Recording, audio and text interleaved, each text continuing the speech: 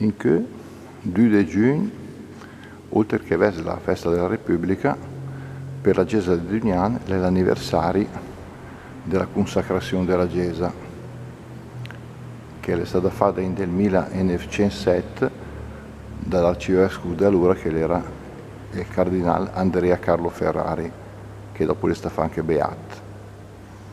Dunque, in belle che 114 anni di quella data famosa. Il cardinale aveva deciso però che bisognava ricordarsi di questa data alla seconda domenica di lui. Infatti qua Templum hoc in honorem Santi Martiri Nazario e Celsi, quindi dedicato ai Santi Nazario e Celso, nel 1839 costruito,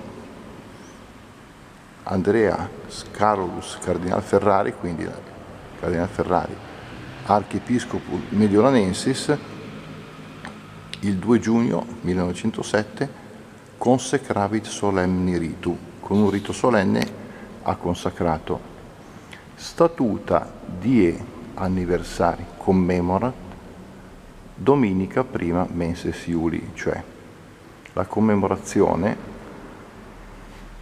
dell'anniversario viene stabilito alla prima domenica di luglio, quindi la festa vera e propria sarà fatta in quella domenica, che quest'anno è il 4 del Quater de Lui.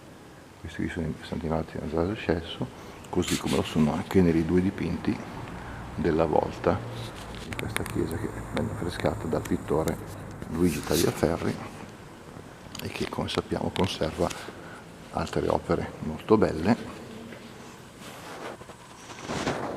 e che lì c'è l'altar maggiore. Bene, quindi auguri alla Chiesa di Dunian, auguri alla parrocchia e buona festa per tutti.